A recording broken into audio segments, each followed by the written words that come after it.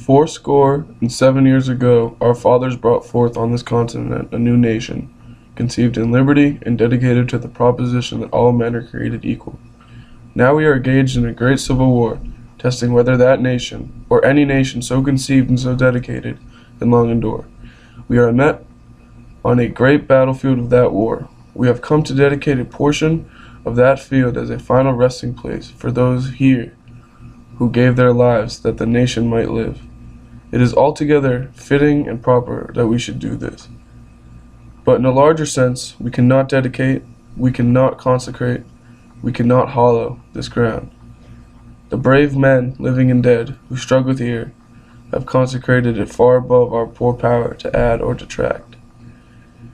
The world will little not note nor long remember what we say here, but it can never forget what they did here.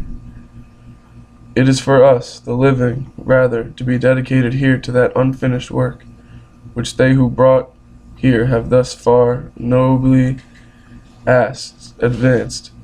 It is rather for us to be here, dedicated to the great task remained before us, that from these honored dead we take increased devotion to that cause for which they gave the last full measure of devotion, that we here highly resolve that these dead shall not have died in vain, that this nation, under God, shall have a birth of freedom, and that government of the people, by the people, for the people, shall not perish from the earth.